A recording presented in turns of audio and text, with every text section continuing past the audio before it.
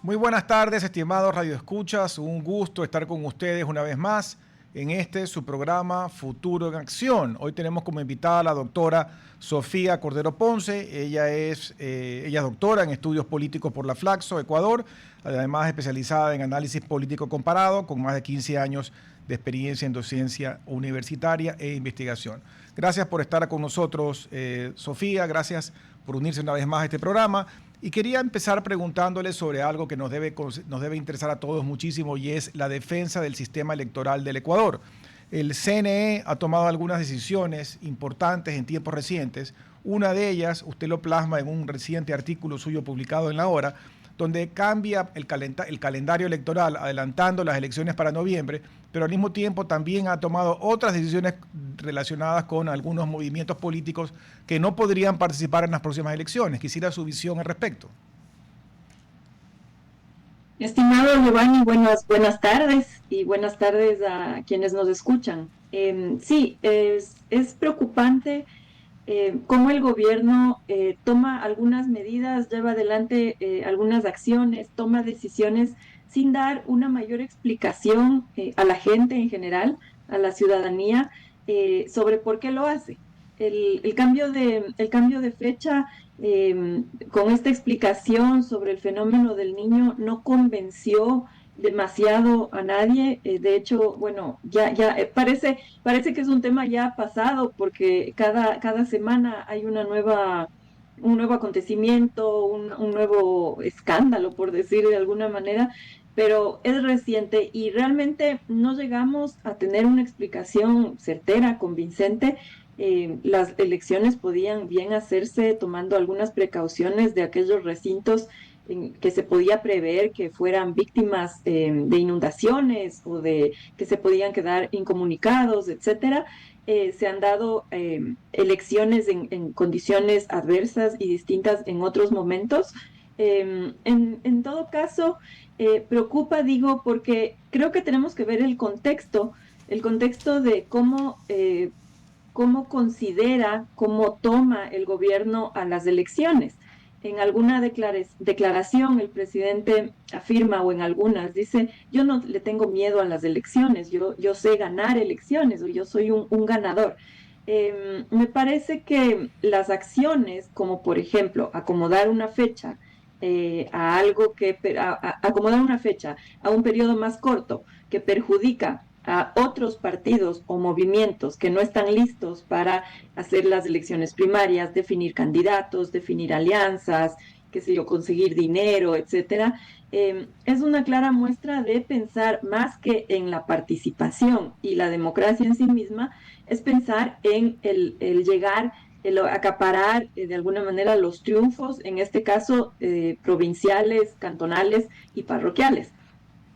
También va de la mano con la censura, más que censura, la, la, la, la eliminación del padrón electoral de tres movimientos que de alguna manera eh, significan o simbolizan, reúnen las oposiciones diversas al gobierno. Unidad Popular desde la izquierda, el correísmo desde lo que puede llamarse, o ellos se atribuyen el progresismo, que es discutible, y construye que de alguna manera reúne junto con Unidad Popular, reúne al anticorreísmo, pero desde una tendencia de la centro derecha, desde el centro a la derecha. Entonces, se queda sin competencia electoral en ese sentido. Y la pregunta es, ¿por qué lo hace? ¿Por qué toma estas decisiones? ¿Por qué toma medidas tan drásticas? Y sobre todo, ¿por qué no le importa no tener bajo la manga, no tener listas explicaciones coherentes, explicaciones que tranquilicen a la ciudadanía, sino más bien unos argumentos bueno, porque aquí estamos en el país de los hechos consumados y el poder hace lo que puede y quiere hacer? En el caso de Unidad Popular y Construye, ¿cuáles son los argumentos que utilizan para dejarlos afuera del tablero electoral?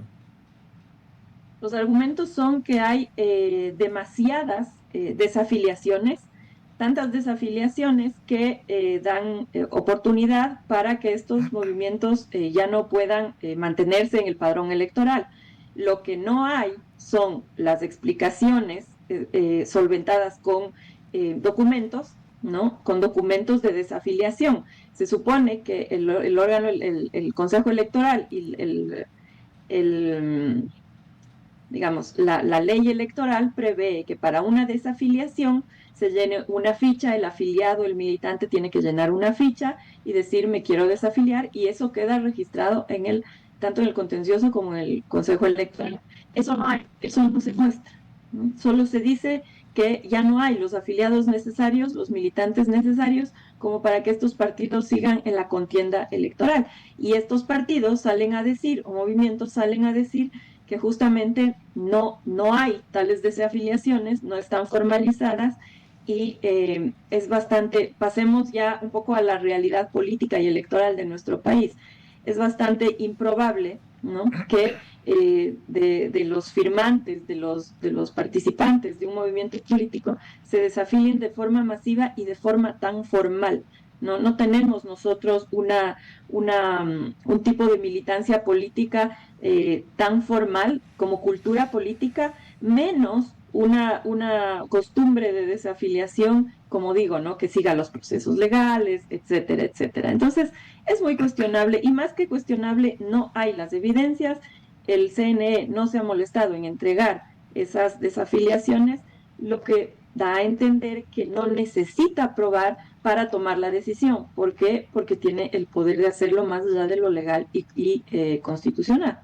En el caso de la RC, me llama un poco la atención porque también sale del tablero, y me llama la atención porque, teniendo en cuenta que supuestamente tiene pues una preferencia electoral que se ha mantenido más o menos en un rango determinado en todas las últimas elecciones, pero es un grupo importante político con con un porcentaje importante también de la Asamblea Nacional, me da la impresión, curiosamente, que se han quedado muy tranquilos. Como usted menciona, un poco la política de los hechos consumados, evidentemente pues protestaron, pero ha sido bastante pacífica su protesta, cosa que me llama la atención.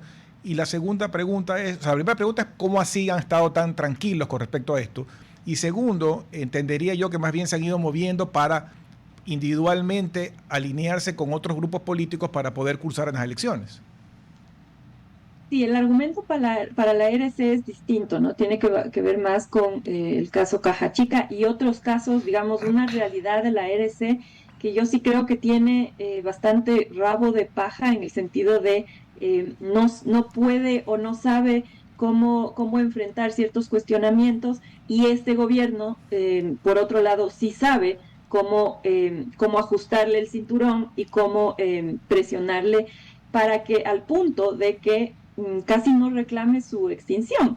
Es decir, unos reclamos de tipo comunicacional, en entrevistas, declaraciones, pero reclamos realmente, apelaciones y etcétera. No sé si estamos en esa línea tan solvente, tan sólida, de que la Revolución Ciudadana vaya a poder dar marcha atrás con las decisiones del CNE. Ahora, a mí sí sorprende esa tranquilidad, pero quizás tiene que ver con esa facilidad también de la Revolución Ciudadana de adaptarse a los cambios. Ya tuvo el rompimiento en el momento en que Lenín Moreno cambia de rumbo, traiciona la causa, de alguna manera ya se rompe, se divide Alianza País, y en esa experiencia ya se generó yo diría, una capacidad una resiliencia, ¿no?, de acomodarse y de buscar nuevos movimientos. Ahora me parece que pueden estar tranquilos pensando en alianzas locales, pensando en alianzas provinciales, pensando en el movimiento reto quizá, y sin duda, si comparamos en el espectro de quienes se quedan sin partido, vamos al adelanto de elecciones, esos movimientos y partidos que no tienen tiempo de ponerse al día, de participar, vamos a la Unidad Popular y a Construye, y vamos al correísmo. Me parece que el correísmo es el menos perjudicado, primero porque tiene recursos como para recurrir a esos partidos o movimientos de alquiler que están listos para que el mejor postor haga una buena propuesta, y darle su sigla para candidaturas en el nivel cantonal y provincial. Entonces, me parece que por ahí no les preocupa. Ahora, yo sí creo que va a haber un cambio, habrá que comprobar, las elecciones seccionales son complejas, tienen que ver quizá más con la figura local, la trayectoria de la figura. Si estas figuras, si el correísmo logra proponer figuras con raigambre, con capacidad política, de convocatoria, aparte de capacidad económica, quizá no le afecte tanto la falta de sigla, ¿no? Tienen la capacidad de recrearse en el momento, me parece. Yo creo que las próximas elecciones van a ser interesantes, por no decirlo de otra manera, porque cuando uno habla de las principales ciudades y provincias, hay un gran signo de interrogación. En el caso de Guayaquil, pues conocemos ya en qué estado está el exalcalde o el alcalde Aquiles Álvarez. No se ha definido todavía su salida definitiva. Entiendo que esta semana iban a discutirlo en el Consejo. En el caso de Quito no sé cuál es la situación honestamente. En el caso de la prefectura del Guayas conocemos la salida tanto de la prefecta como del viceprefecto y este mecanismo legal desconocido para mí, me declaro ignorante, donde ahora pueden salir ternas de personas que no han sido elegidas para nada, pero la ley lo faculta y entonces ahí quedaría pues un prefecto encargado. Pero estas ciudades y provincias importantes, para mí es un gran signo de interrogación en qué van a quedar. Y hago también mención de un artículo que escribió hoy en el Universo Gilda Macías Carminiani, que se llama Te extraño Guayaquil, y creo que podría ser escrito también en el sentido de Quito, porque me parece que hay una carencia total de civismo. En una época había gente, tanto en las cámaras, la Junta Cívica, que peleó por la ciudad, por rescatar las ciudades. Guayaquil, te recordará, estuvo sometida por muchos años a muy malas administraciones y luego vinieron tanto Febres Cordero como Nebot y levantaron la ciudad. Pero ese movimiento cívico como que lo ve ausente y Guayaquil se ha deteriorado mucho en los últimos años y creo que también ustedes en Quito tienen problemas similares. Sí, la situación de Quito, empecemos por Quito, la situación de Quito es triste, preocupante, desesperante, diría yo. La clase política, las élites políticas, entendidas no como solo élites económicas, le dieron la espalda a la política, a la militancia, a la formación, a la creación de partidos y parece que se acomodaron, yo diría, desde el correísmo se fueron acomodando a no tener quedarse en lo privado, en sus actividades privadas y no tener conflictos con el poder político, de alguna manera cuidarse. Mucho se habla de la peruanización de la política, esto a nivel nacional, que es, ya se está generando un concepto de análisis, ¿no?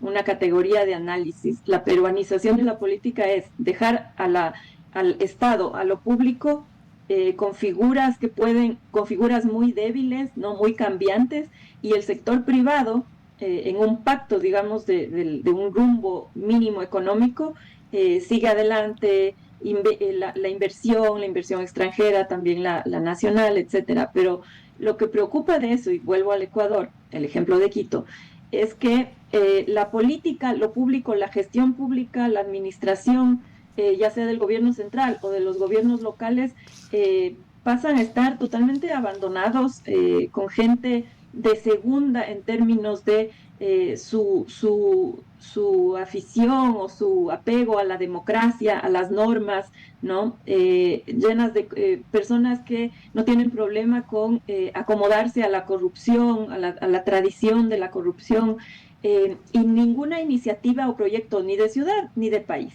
Entonces, Quito atraviesa por eso ya varias décadas, diría yo, o al menos dos, y es lamentable que, por ejemplo, lleguemos de nuevo a unas elecciones seccionales en donde, sabiendo que el alcalde fue elegido con 21 o 22%, que no ha llevado adelante una administración satisfactoria, sino todo lo contrario, pueda ser candidato de nuevo y pueda ganar, simplemente porque no hay una opción, ¿no? O que las opciones sean volver a un candidato como Jorge Yunda, ¿no? Algo tan corrupto y cuestionado como ya fue su administración, y que sea una posibilidad. Incluso se habla de que este candidato puede ser una de las opciones para el gobierno, ¿no? Incluso, y ya siendo muy especulativos y saliéndonos un poco del análisis más formal, se habla de que el gobierno pueda tener más de un candidato y el segundo de a bordo pueda ser Jorge Yunda, aunque sea por otro movimiento, pero que en caso de ganar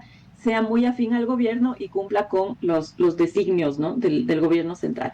En todo caso, es muy preocupante, Quito está abandonado y Guayaquil es curioso, Guayaquil con el apresamiento, ¿no? de Aquiles Álvarez, me parece que el gobierno ha logrado generar una figura, una nueva víctima, un nuevo tipo de héroe en Aquiles Álvarez. No sé cómo estará la sensación local, no se puede medir a futuro, pero me parece que la figura de su mujer, de su esposa, tiene cierto impulso. Quizás son solo comentarios, eh, pero pero ha generado un espacio a ser llenado, que bien puede ser llenado por el correísmo, si es que se adapta un poco a la figura de Aquiles Álvarez, que Aquiles Álvarez también ha sido ambiguo, ¿no? No se sabe si es correísta o no, en los momentos más críticos sí lo es, como que cierran filas, pero luego parecería que no.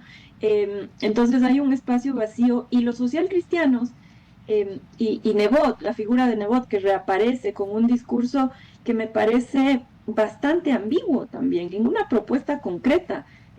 No sale ni a postular a nadie, ni a avisarnos, contarnos que tiene un nuevo proyecto o hacer declaraciones demasiado fuertes, a pesar de que aparece ahí la figura de Jan Topic, que sí, bueno, genera cuestionamientos, ¿no? Jan Topic iría para alcalde de Guayaquil, quizá para alcalde de Durán. ¿Qué es lo que quiere decirnos Jaime Nebot poniendo a Jan Topic en el centro de la escena? Pero Guayaquil también está en una situación, diría yo, con un signo de pregunta grande. ¿Qué va a pasar con el candidato, el que sea, o la candidata que sea del gobierno? ¿Será la mamá del presidente? En caso de ser la mamá del presidente, ¿será una figura demasiado fuerte o podrá ser disputada por esta victimización del actual alcalde, que no es poca cosa, que es una herida construida por el gobierno en el civismo o en la militancia, en la gente de Guayaquil? No es una ofensa. Ahora, la diferencia con Quito es que el poder político se ha trasladado a Guayaquil. Así como Quito abandonó, sus élites abandonaron la política del gobierno central, Guayaquil es el receptor y los últimos gobiernos han sido con epicentro Guayaquil. Entonces, esa es una diferencia, tiene élites de diferente naturaleza, de diferente ideología, que están prestas a asumir el liderazgo, ya sea de la ciudad o del país.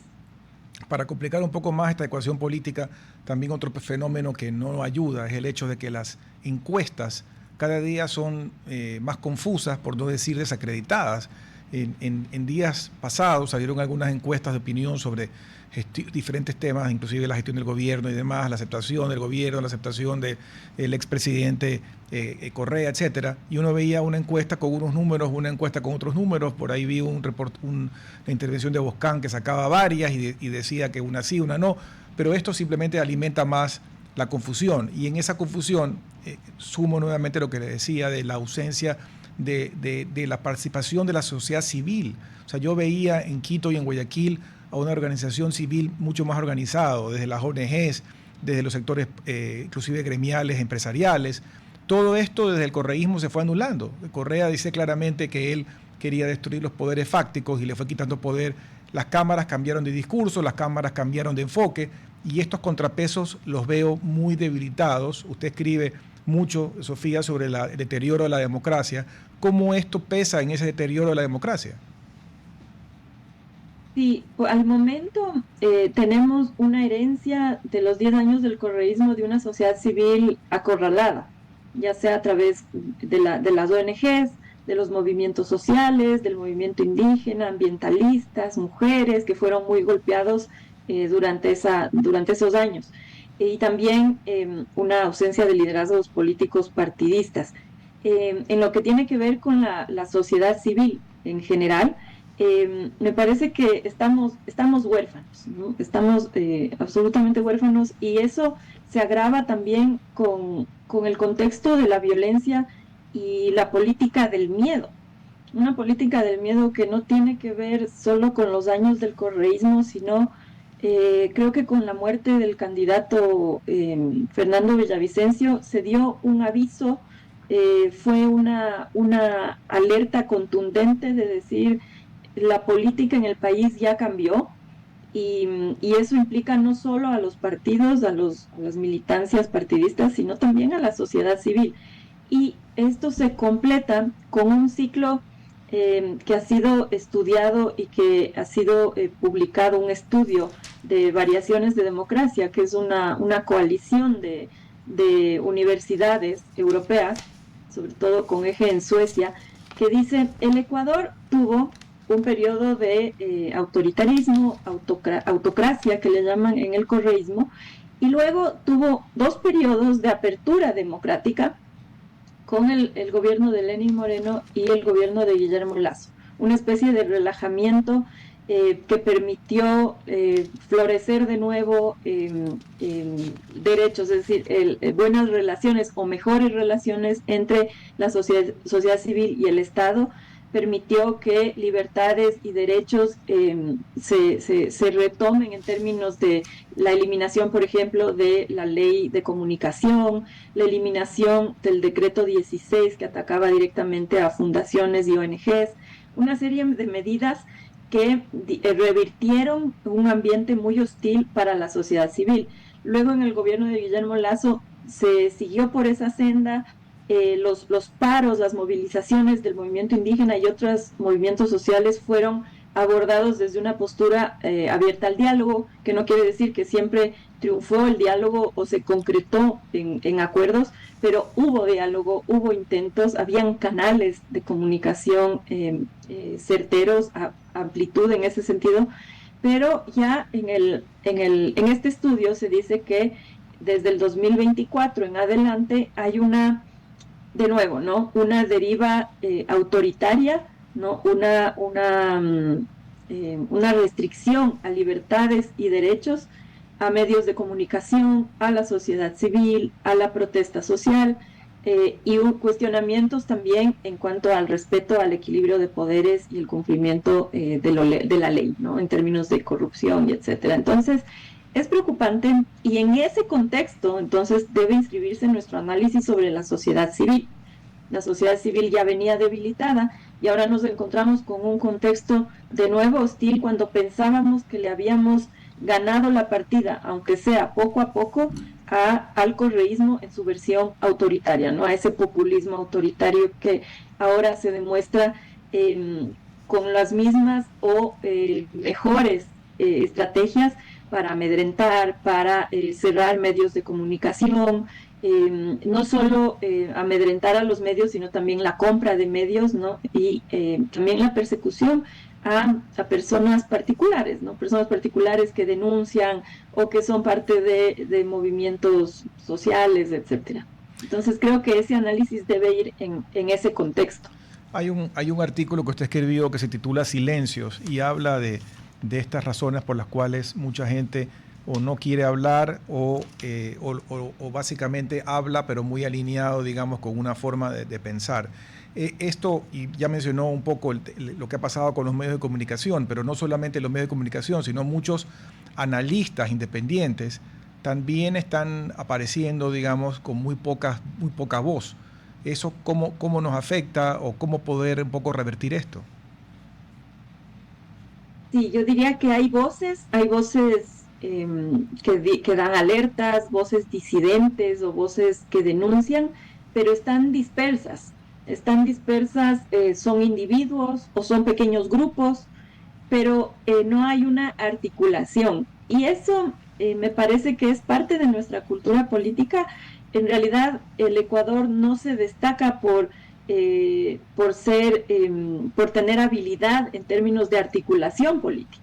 Nuestra fragmentación de partidos y de movimientos no solo se debe a unas leyes electorales muy mal hechas, ¿no? Muy mal pensadas para los intereses de los partidos mayoritarios, etcétera, sino también a una cultura política en donde desde lo local, desde lo parroquial, desde el barrio, no sabemos cómo generar acuerdos, no sabemos cómo conversar, cómo debatir en el condominio en el que vivimos.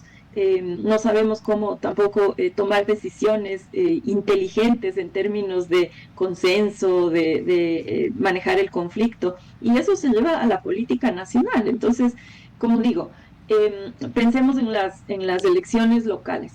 Tenemos un anticorreísmo, ¿no? Que no sabemos ahora por dónde se va a canalizar, porque al no tener, por ejemplo, a Construye o a Unidad Popular, entonces podemos suponer que se irá a Pachacutic, ¿no? Es una opción, pero volvemos a la realidad.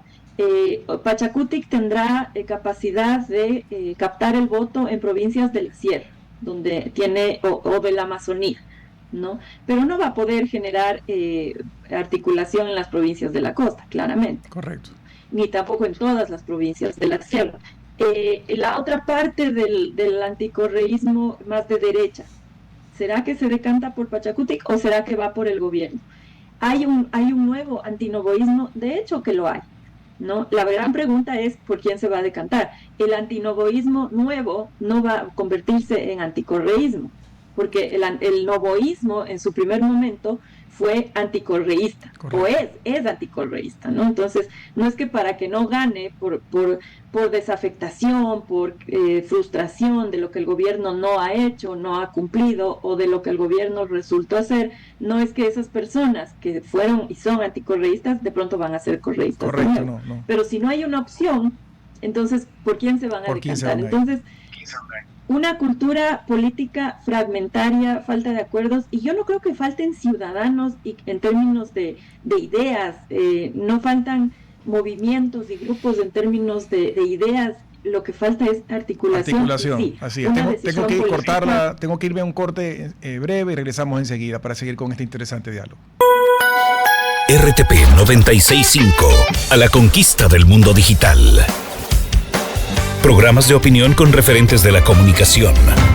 Noticias para contar todo lo que está pasando en todo momento. Una variedad de segmentos con lo que necesitas saber. Todo para mantener a nuestra audiencia y seguidores siempre bien informados. Siempre RTP. Buena compañía. Gracias por regresar con nosotros a su programa Futuro en Acción. Para las personas que recién se conectan, estamos conversando con la doctora Sofía Cordero Ponce. Ella es experta en política, además especializada en análisis político comparado y ha sido docente por muchos años. Sofía, en esta parte hablemos un poco sobre la gestión.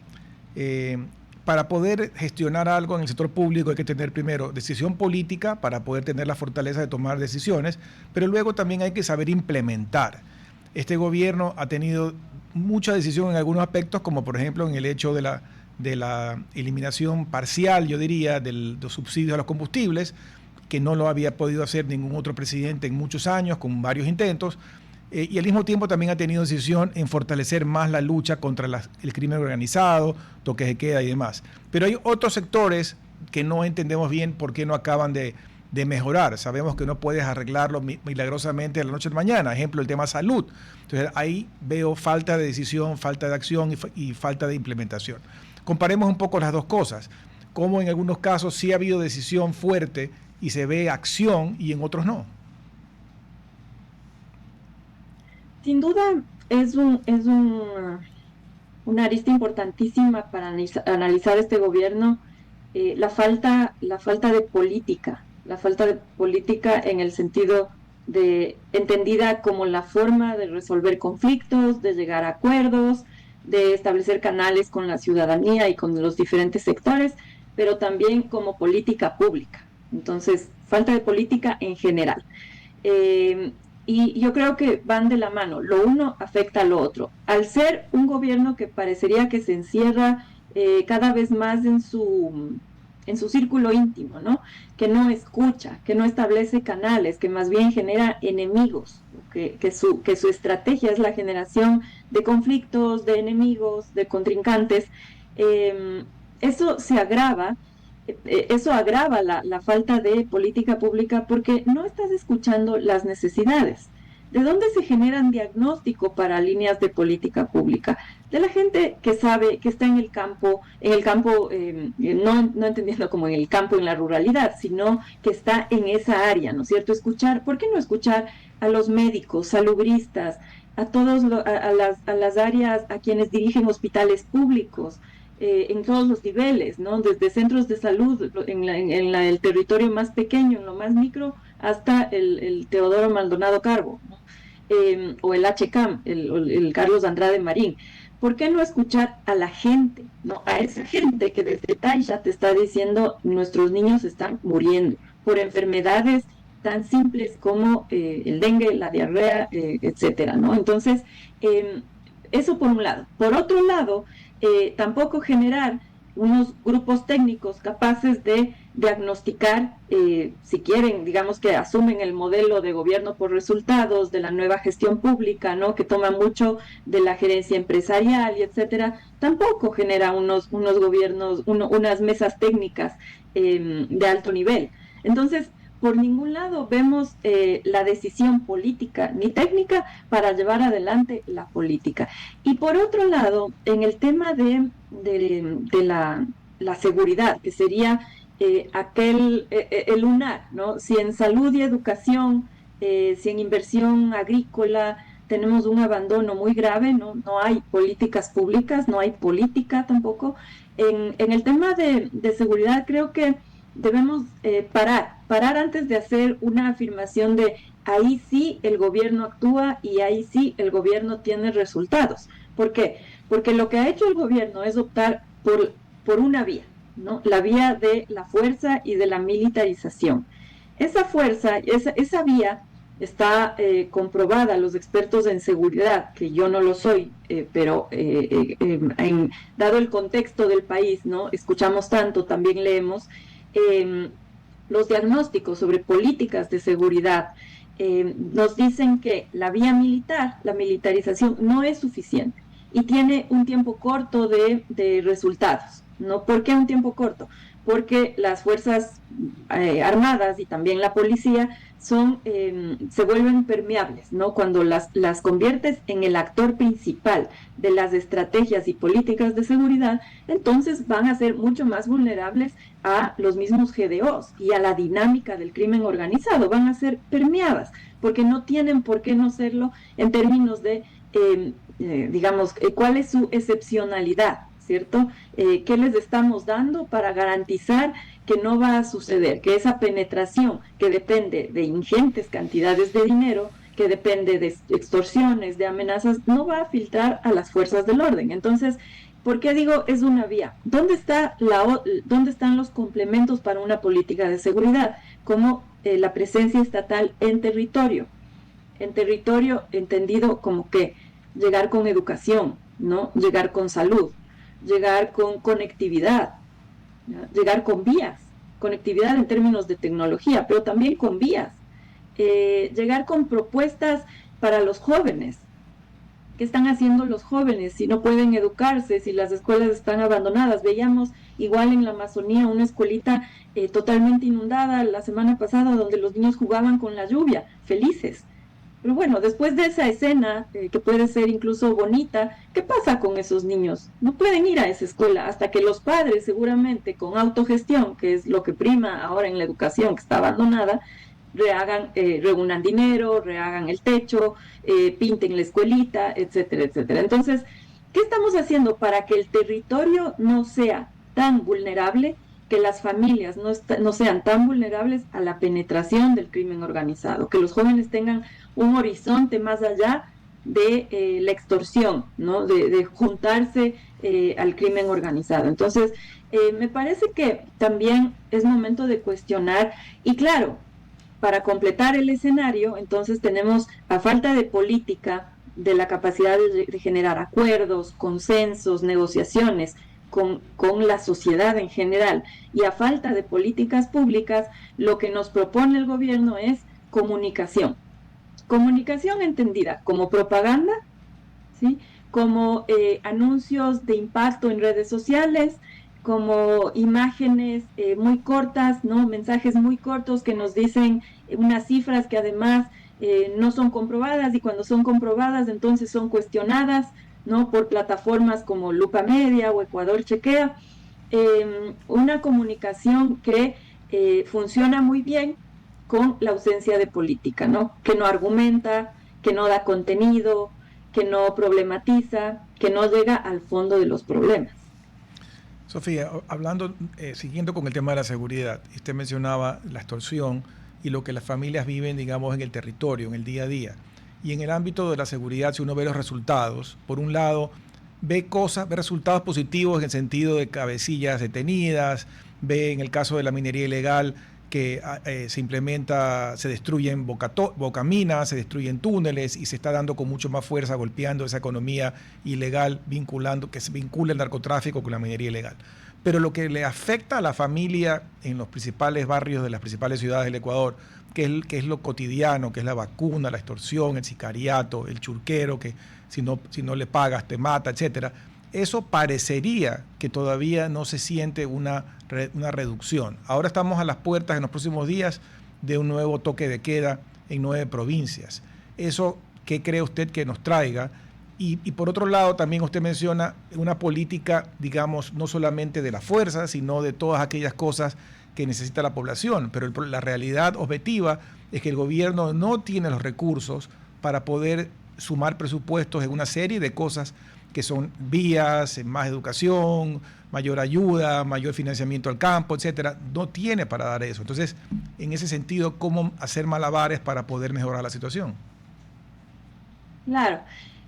Hay 2 niveles o 3 niveles, ¿no? El nivel más de la vida cotidiana, de los barrios, ¿no?, que están acechados por la vacuna, donde los jóvenes no pueden, los niños y los jóvenes van a la escuela, los padres muy preocupados, y ahí ya hay abandono, no hay apoyo. ¿Dónde están los famosos programas y proyectos de las escuelas seguras, las comunidades seguras alrededor de la escuela que nos ofrecían en el primer año de gestión, ¿cierto? Parece que nunca se concretaron, no sabemos por qué, se olvidó, ya no son parte de la comunicación del gobierno, ergo parecería que no existe, ¿no? Y si existe sería bueno conocer. Entonces, no hay lugares seguros para las familias, para los niños, los padres no pueden seguir con sus negocios, con sus pequeños negocios, etcétera. Y por otro lado, el nivel más alto, ¿no? ¿Qué estamos haciendo? ¿Qué está haciendo la UAFE? ¿Qué está haciendo el SRI? ¿Qué está haciendo inteligencia? Que han montado inteligencia de manera muy eficiente con las economías criminales, ¿no? Entonces, parece que están funcionando solo en una capa media, diría yo, en donde a través de toques de queda y de cuestiones de impacto como el atrapar a objetivos de alto valor, se nos comunica, ¿no? Pero ya sabemos que el atrapar a objetivos de alto valor no cambia nuestra realidad. El objetivo de alto valor es reemplazado por otro objetivo que dentro de un año será de más valor, seguramente, o de 6 meses, ¿no?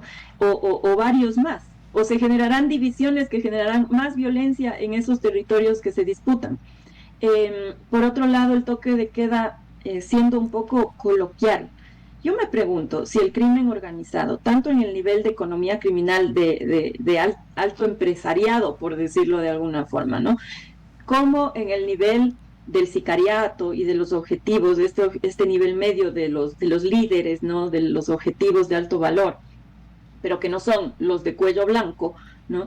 Yo me pregunto si al anunciarles el toque de queda, ¿no?, que va a ser de 15 días o 3 semanas, simplemente no se tomarán un descanso, se tomarán una tregua, se dedicarán a otra cosa, a ordenar sus finanzas, a generar estrategias, no van a salir durante el toque de queda a ser atrapados, pero eso no cambia la realidad en nada, ¿no? Entonces, es un periodo de tregua avisado que realmente no cambia la realidad de las cosas. Lo que puede cambiar es que durante esas 2 o 3 semanas las bandas no haya masacres, ¿no?, porque no van y se matan entre sí, porque es más difícil, porque hay más control. Pero bueno, esa masacre, y perdón por la crudeza, esa masacre se llevará adelante, se postergará unas semanas, ¿no?, o se llevará adelante a la luz del día y no entre las 5 de la mañana entre las 10 de la noche y las 5 de la mañana. Entonces, también creo que es una cuestión de plantearnos estrategias y políticas poniéndonos digamos, como adultos, ¿no? Entonces, no vendernos humo, ¿sí? Ser responsables con la ciudadanía. ¿Qué es lo que logramos en un toque de queda? Yo le haría la pregunta al gobierno. Quizá asaltos más comunes, la violencia más callejera, quizá, porque claro, al no haber gente en la calle, entonces robos, no asaltos, pero me parece que con el tema de toques de queda debemos ser mucho más honestos, ¿sí? De cuál es el interés del gobierno de volver a un toque de queda. Parecería que más bien es otra vez una cuestión de comunicación, ¿no? De propaganda, de decir que, bueno, durante esos 15 días o 3 semanas el gobierno hará muchos operativos, que se quemarán, no sé, ciertas guaridas de los GDOs, pero ya si nos ponemos a hacer una evaluación seria, ningún análisis concreto, insisto, de especialistas en seguridad y en crimen organizado te dice que esas políticas de toques de queda vayan a darle la vuelta en alguna manera a la realidad de la violencia cuyo origen es el crimen organizado. Sofía, nos quedan 4 minutos y en el caso de esta rivalidad, este impasse entre Ecuador y Colombia, el presidente Noboa presenta quejas y números con respecto al no poner fuerza del lado colombiano para proteger la frontera y todo lo permeable y cómo se empuja la droga hacia abajo, hacia Ecuador y sale por los puertos ecuatorianos inundándonos de droga. Pero al mismo tiempo el presidente, con esta medida de subir los aranceles al 100%, él de un momento dado dijo, bueno, me tocará ya hablar con el próximo presidente. Esta mañana veía un reportaje donde decía que inclusive ha subido un poco más aún el candidato de Petro Cepeda en las preferencias electorales en Colombia, con lo cual hay un riesgo potencial de que Cepeda gane. ¿Qué pasa si eso sucede? Justamente es la pregunta, ¿no? Es la pregunta clave. Sin duda, la última encuesta del fin de semana le da 6 puntos de ventaja al candidato de la izquierda, a Iván Cepeda, por sobre la derecha, ¿no? Y ahí volvemos al origen de este conflicto. Me parece que es una estrategia y una política de seguridad que apunta mal. ¿Por qué? Primero porque apunta a incidir en la política de seguridad de un país vecino, ¿no? No es la política de seguridad del presidente Noboa. Entonces, ahí ya partimos de un supuesto de que la presión de un país ajeno vaya a lograr reformar, incidir en una política interna de otro país. Me parece que ya es bastante, ¿cómo se puede decir? Ambicioso, ¿no? Un poco la estrategia, un poco ambiciosa.